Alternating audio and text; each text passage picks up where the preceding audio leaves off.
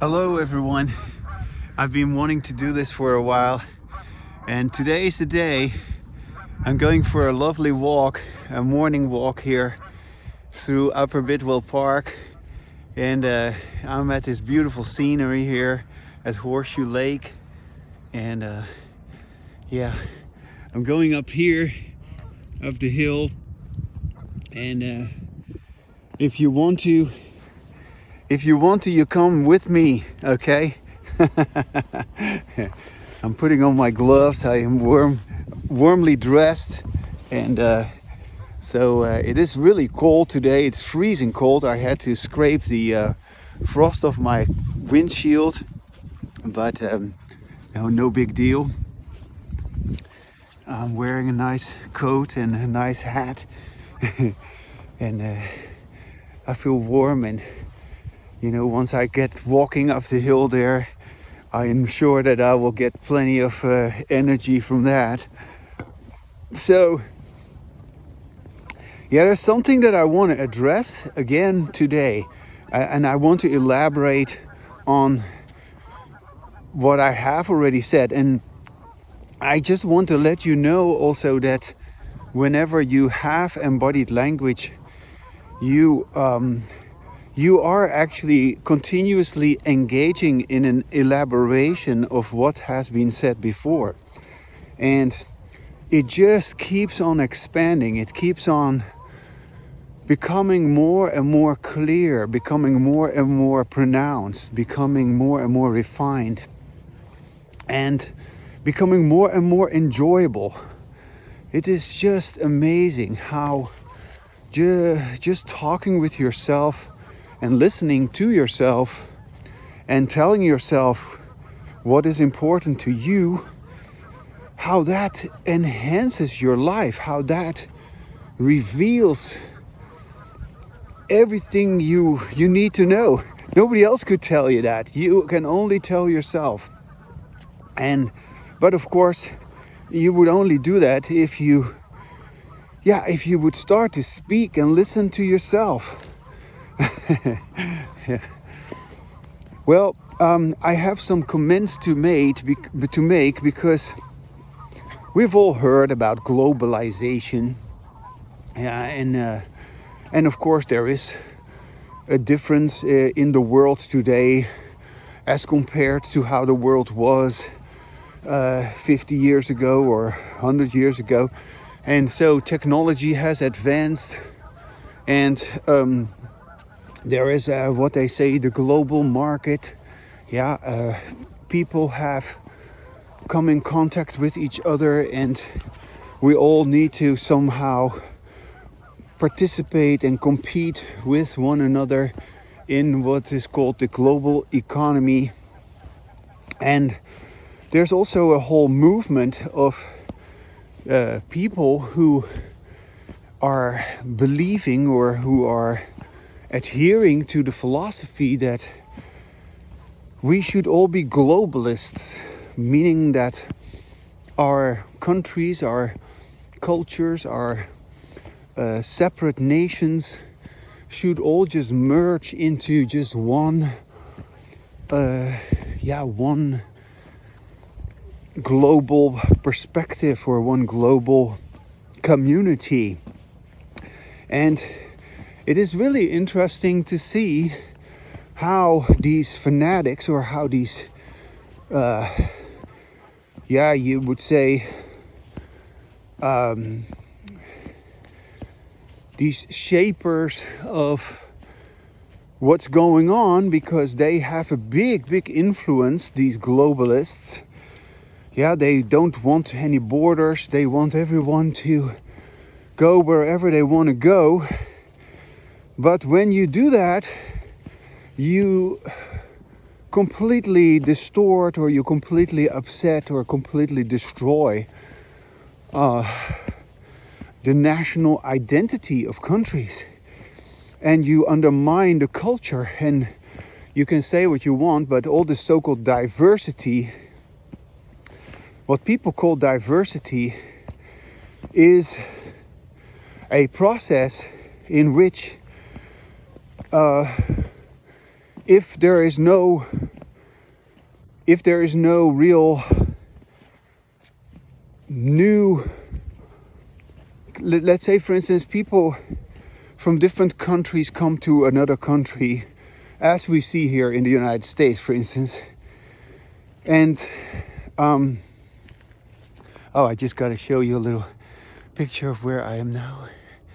I'm climbing up the hill here while the sun is coming over on the other side of the valley.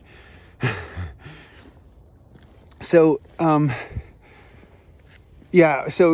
America is a melting pot. We all know that, and so it is wonderful that people come here, but you swear allegiance to the United States when you come here legally. I came here legally, eventually I came here legally.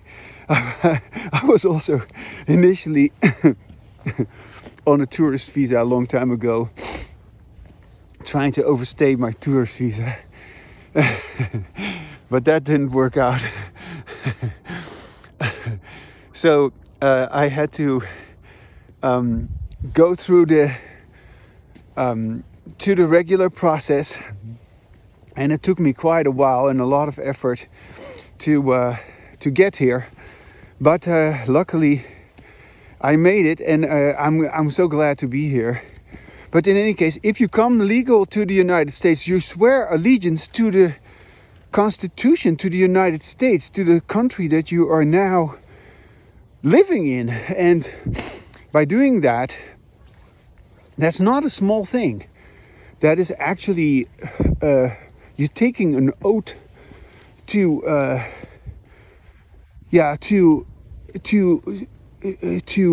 be loyal to what's happening here in this country, to this culture.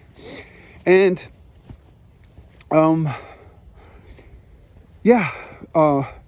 in many countries there is no such thing, and of course it is all still very superficial, because you can just say that you're loyal and then you can still do whatever you want, because we are living in a free country. Yeah, isn't that pretty here? And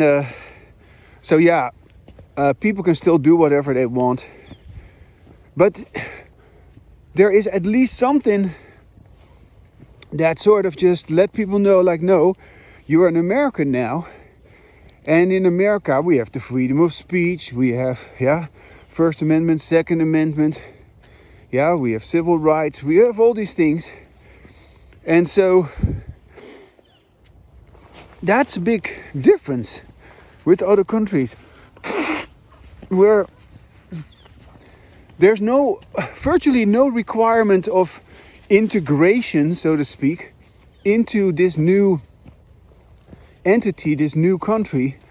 And when you're talking about globalization, when you're talking about the notion that, let's say, for instance, Europe existed of all these different countries, and all these countries have basically sacrificed their national identity to the European Union, and they in that sense have also opened all their borders to each other. And so there's all this traffic going on. But what that means is that all these refugees, they could just all get through, and all these people who just wanted to barge into these countries. And of course this has all happened intentionally, and all these NGOs, these different organizations that non-governmental organizations, they call them. Well, these so-called non-governmental organizations, they are all political, very, very political, I should say. And they have, isn't that nice here? Yes, this is so nice.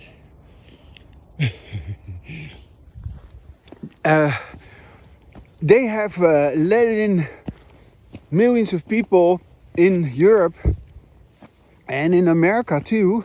This is a big issue. This is why there was such an outrage against the left, the open borders. Now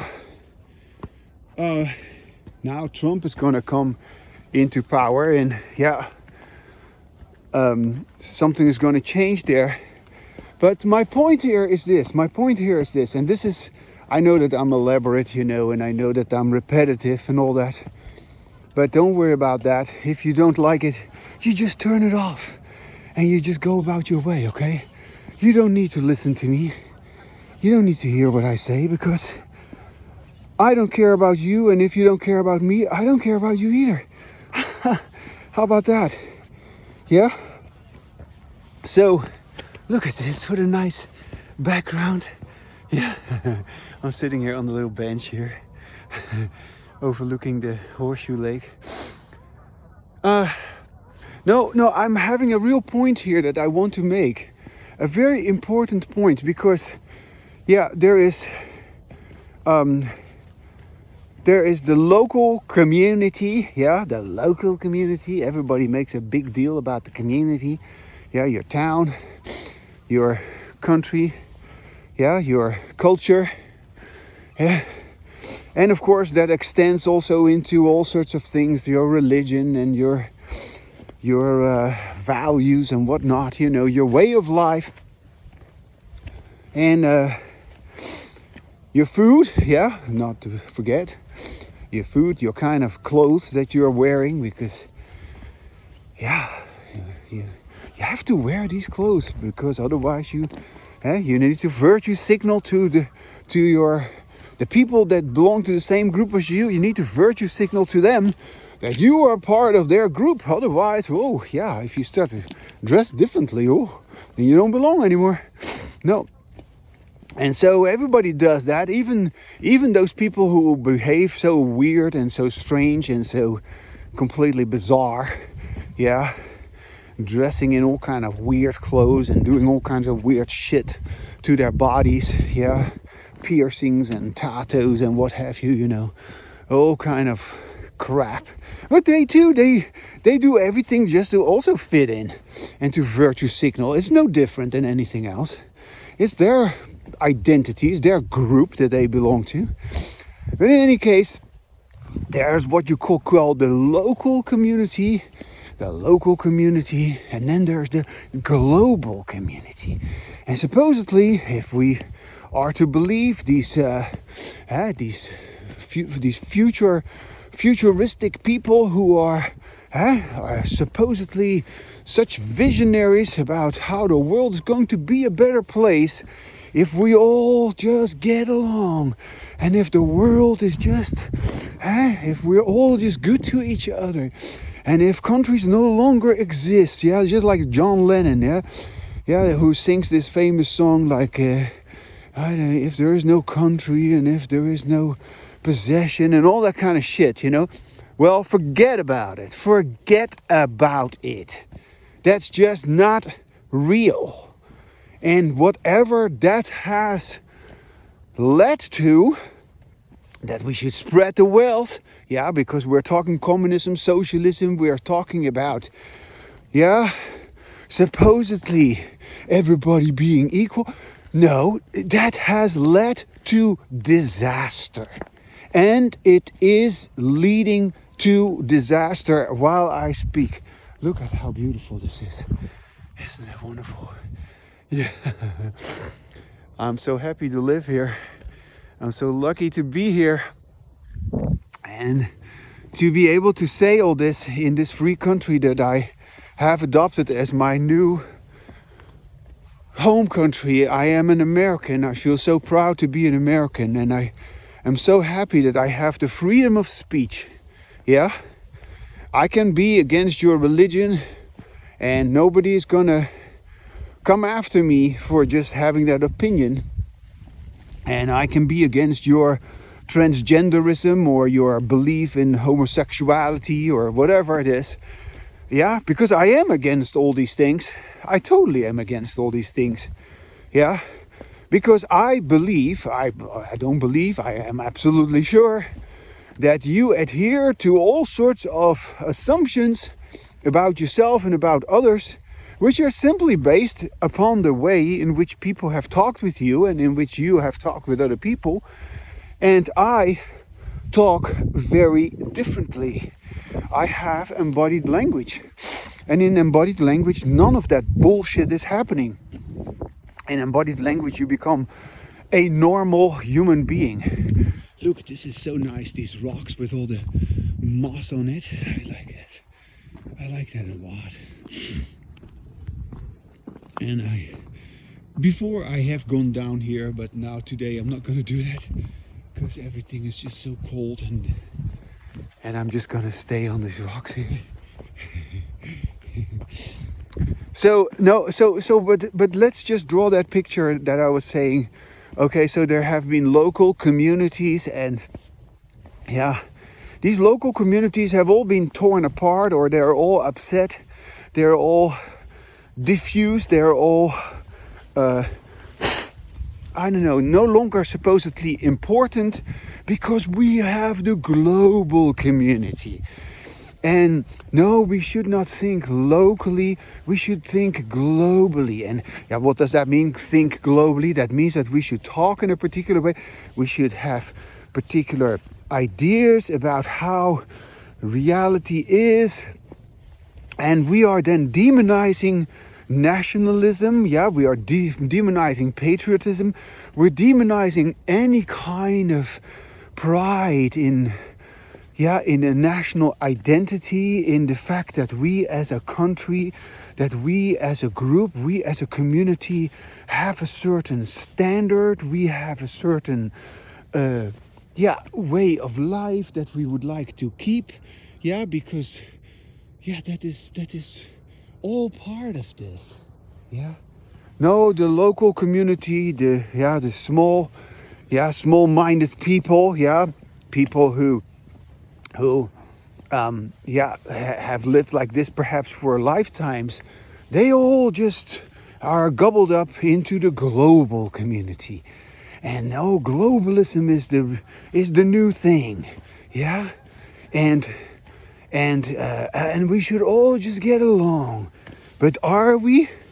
No, we are not. And what do we get? What do we get for all this rhetoric? What do we get for all this globalist rhetoric about the global community? Because let's just make no mistake, there is of course the background. Look at this big rock. This is a nice big rock. Look, there is of course the history that has given rise to these different communities. And I'm not in any way against that. I'm not in any way demeaning that.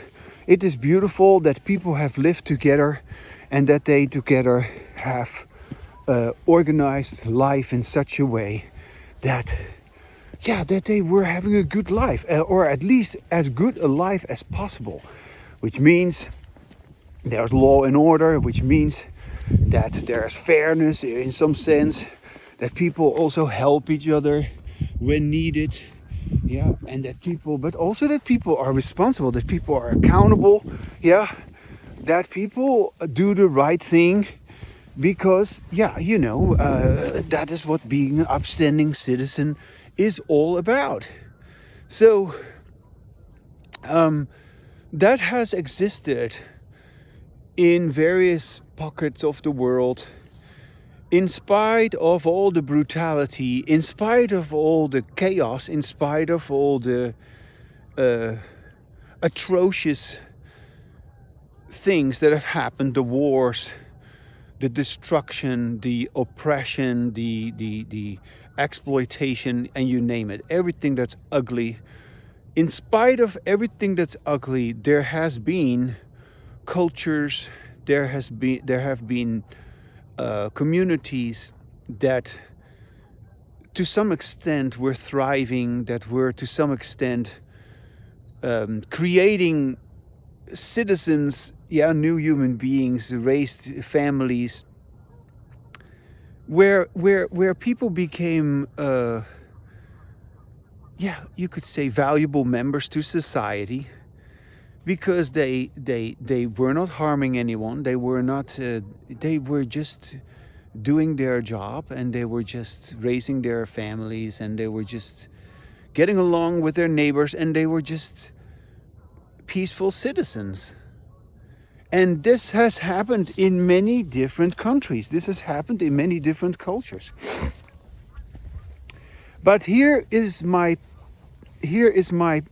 pitch. Here is my point of this whole story. Of course, this is wonderful, and of course, this is how we have come to where we are today. Even though globalization is tearing all of that apart, even though new immigrants who don't give a shit about the existing culture are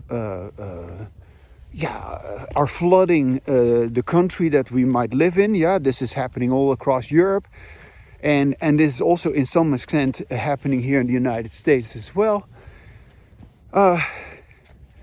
So there has been this sense of community, and there has been this local, you could say realism, because it all deals with the fact that, of course, what happens elsewhere is what happens elsewhere, and what happens here is what happens here. But it is, of course, true that everything is related, and especially nowadays with our technology, with our computers and our social media and whatnot, we are certainly, a global village. That you could say that. But, and this is my point, and I just need to reiterate this, elaborate on this, and just further expand this whole notion of going back to a sense of community, to a sense of togetherness. That sense of togetherness, that sense of being one as a nation, as a culture, as a belief, is permanently gone. It will never come back. Even though people will do everything they can to get it back. I tell you here, I claim that it will never come back. I am convinced that it will never come back. I am convinced that the future of mankind is not, as we have said, the community.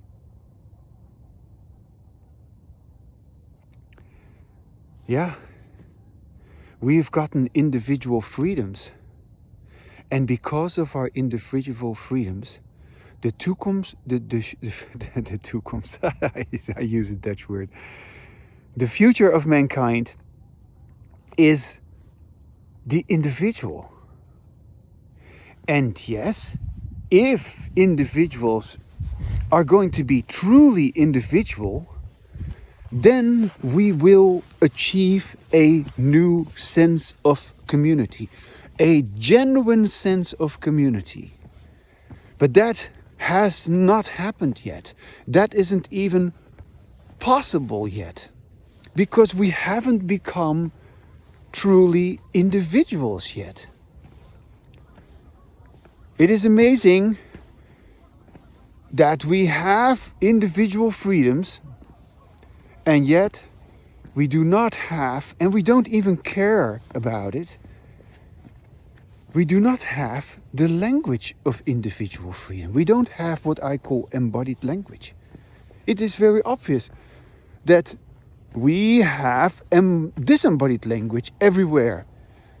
And in disembodied language, we do not behave as individuals. We behave as a group. Disembodied language is a group behavior. And as long as we keep having that group behavior, we will not achieve our individual freedom. And we haven't achieved our individual freedom.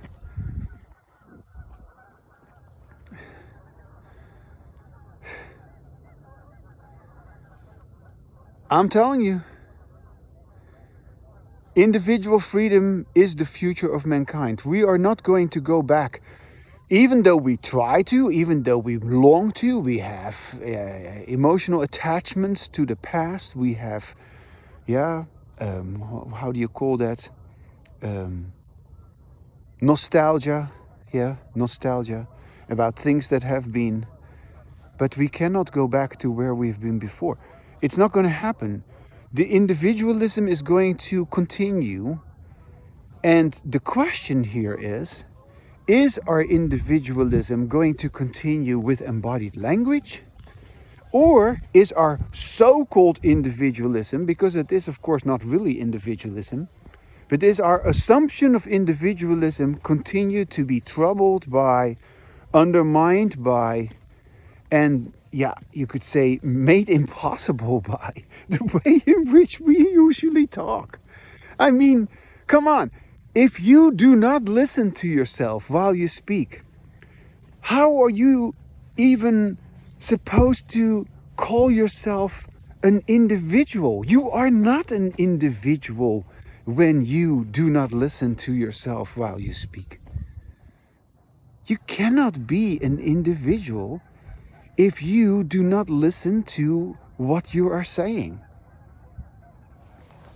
Now, let's assume, I'm here and I'm letting you know all this. I am talking to you about all this, and I enjoy my walk. I enjoy talking with you. I'm talking, I'm recording, and I know where I'm going. I just keep my eyes on the path here, and it is a rocky path, as you can see.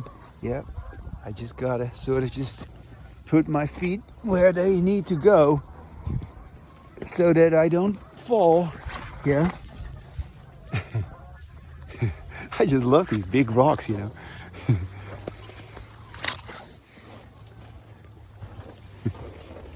Oops.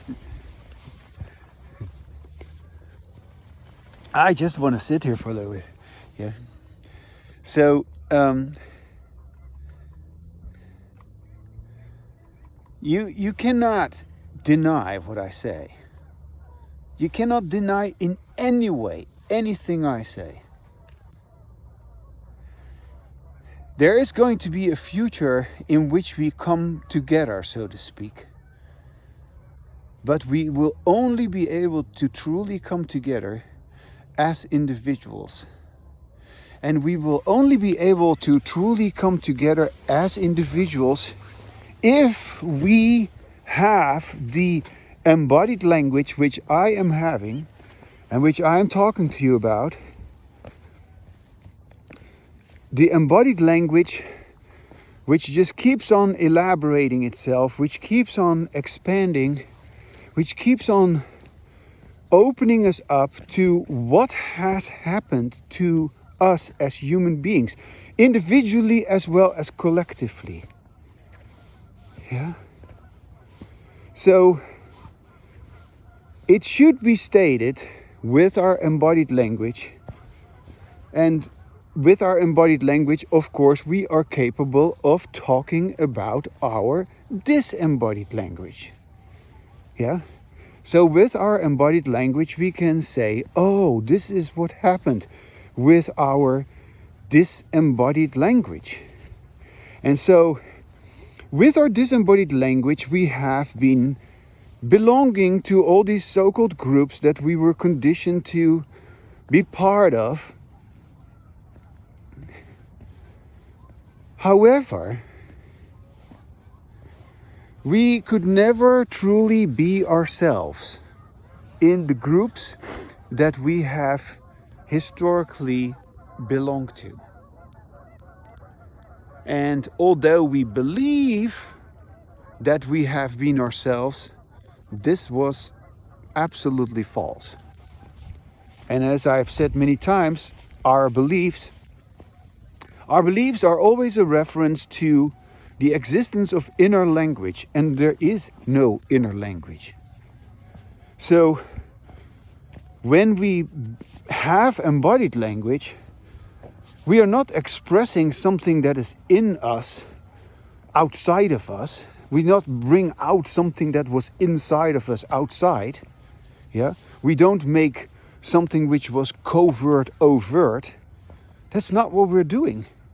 When we have embodied language, we begin to say what we are capable of saying only if we listen to ourselves while we speak. That is the crux of embodied language.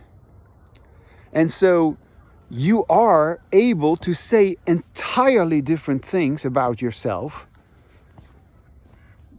when you listen to yourself than when you do not listen to yourself.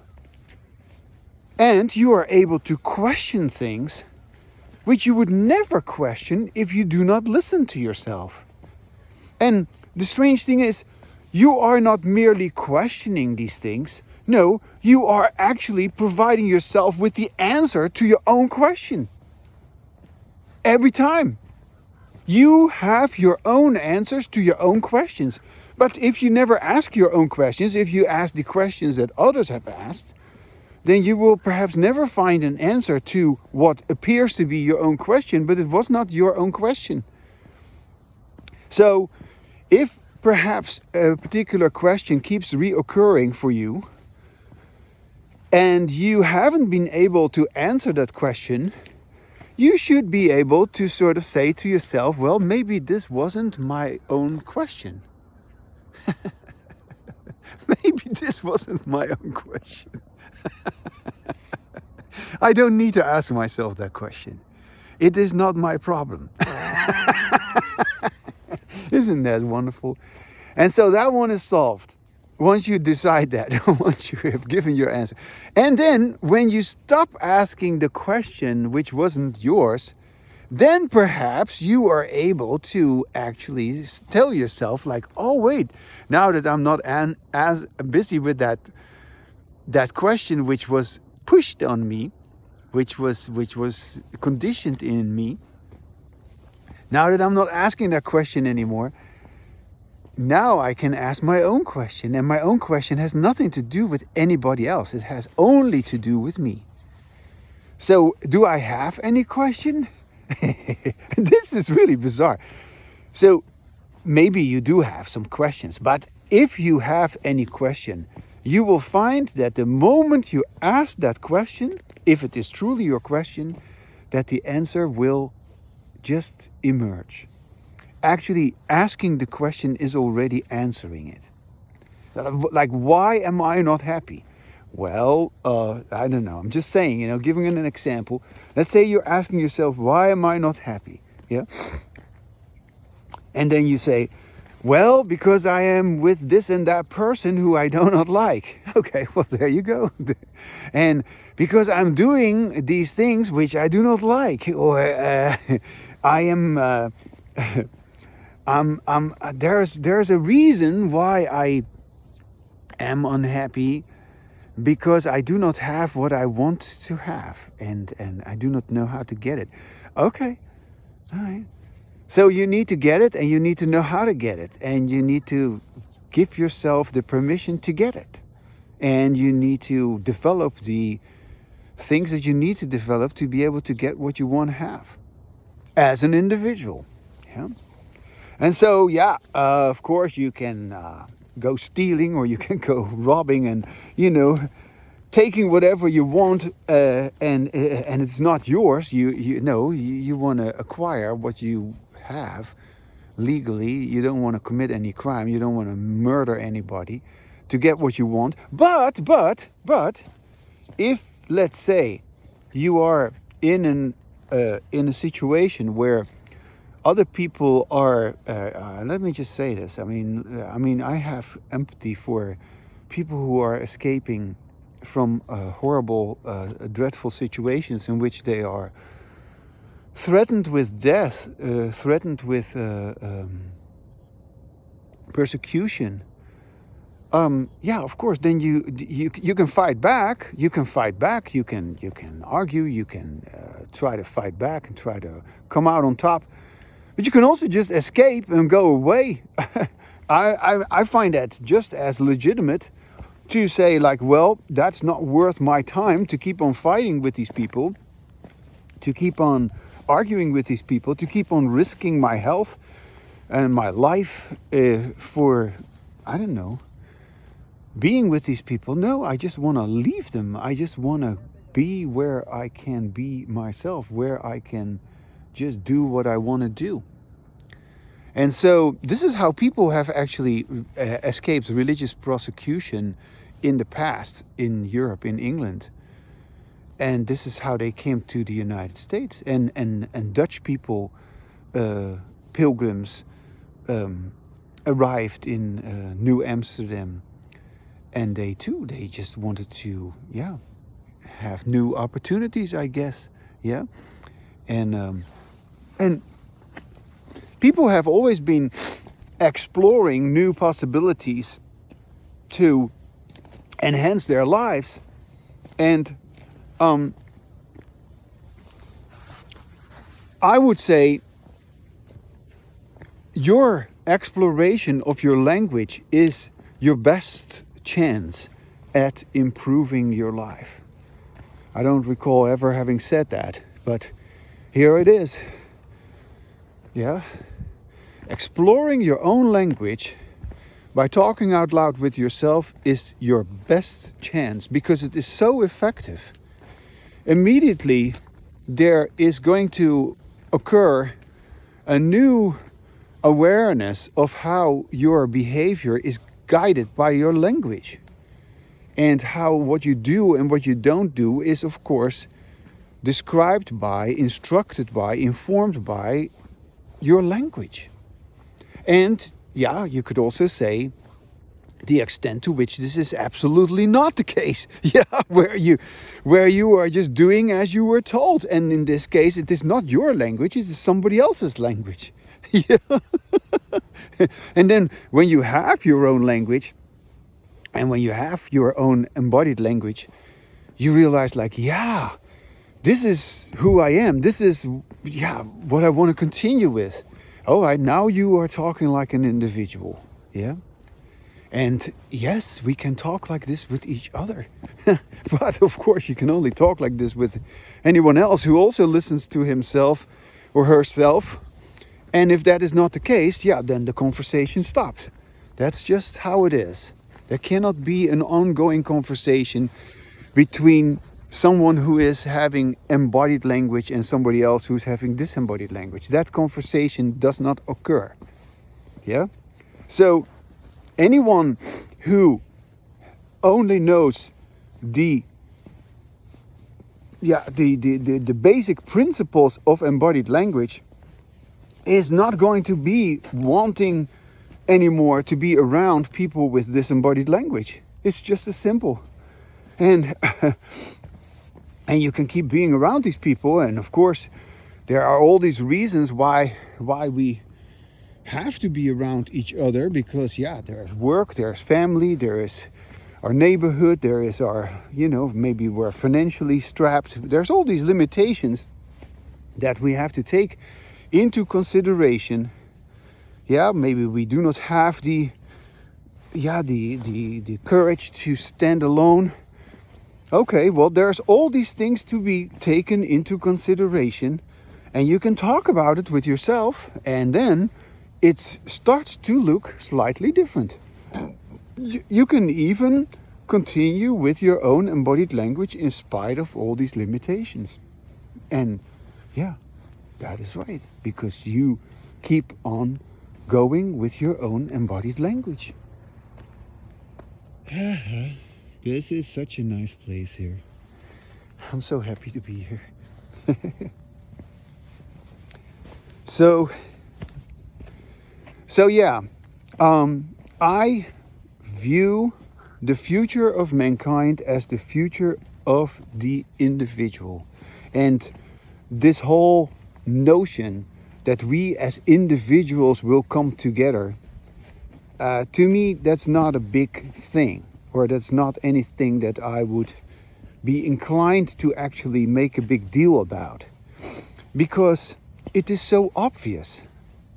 It is so obvious that when we have embodied language, that we agree, that we work together, that we get along, that we feel at peace with each other, that we're not threatening each other, that we're not trying to dominate each other or exploit each other. We are good with each other. We allow each other to be who we are. and we can be who we are, and we express that. That is what embodied language. So you could say embodied language is something that works for everyone who gets to it. Yeah. And yeah, if it doesn't work, or if a person doesn't have that experience, they simply didn't get to it yet. Or they didn't get to it enough. Yeah. Which is also a problem. Because as I have said many times before, hello. Hey. People do get to it sometimes, and then they lose it again.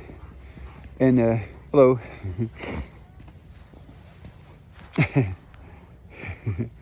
Nice dog. That is confusing. It is confusing to have embodied language one moment and to the next moment not. But if you understand why you're not having it and why at some other moment you have it again, there's no problem. Oops. Yeah. So, yeah, there's no problem in having it and not having it. But to the extent that you don't understand why that occurs, there seems to be a problem. Yeah. Well, I am coming back to my car here, although it's not exactly where I was before. I still need to walk a little bit. But it has been a wonderful journey here over this ridge here, because this is what they call the North Ridge of the Upper Bidwell Canyon. And it is just wonderful 45 minutes walk.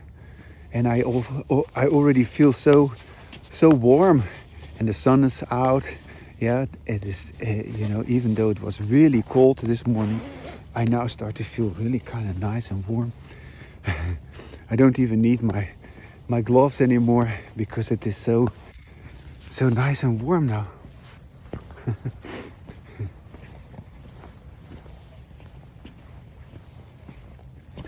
So yeah, so this whole idea of community, let's just completely forget about it. We all have, whether we acknowledge this or not, we all have a hangover about our need to belong, our need to fit in, our need to conform to whatever we were told, whatever we were made to believe, whatever we were punished for also if we did not adhere to these, we did not adhere to these rules. We had to be that way. And we all have, from a very personal perspective, a sense that we were shortchanged. We all have a sense that we were shortchanged by our family, by our community, by our fellow man in general. We have all been misunderstood, disrespected. We have all been ignored. Yeah, we have all been laughed at in certain ways, and we've all been feeling excluded when we wanted to feel included. Every time we had an inkling of our own individualism, every time we had a sense like we want to be who we are, we have felt the punishment of the so-called community that we felt we were part of. Every time. There never was real freedom for us, because we have never acknowledged this with our language. And we have continued to perpetuate the falsehood of community, whether it is the global community or the local community. We have perpetuated endlessly our need to be with others. And we have forever denied ourselves our own, yeah, here it comes, our own aloneness. Yeah? We have forever denied ourselves with our language our ability to be enough unto ourselves. And that is what embodied language is all about. Yeah. Yeah.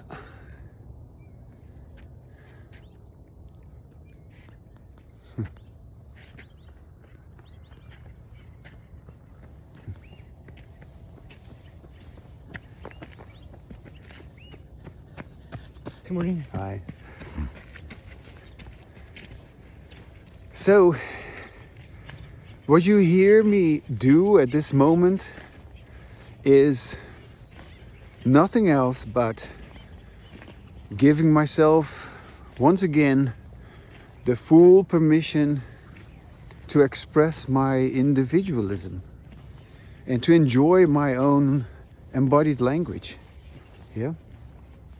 You could do the same wherever you are, and you could verify what I say. You could see for yourself, hear for yourself, if what I say is true.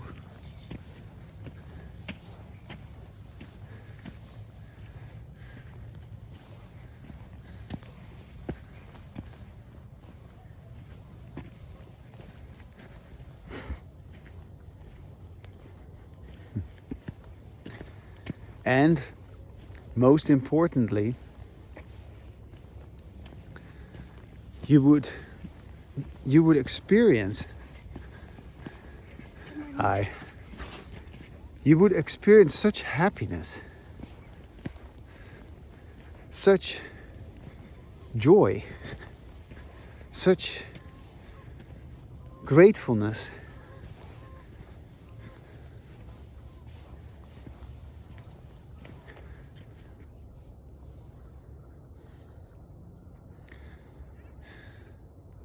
Just to be who you are.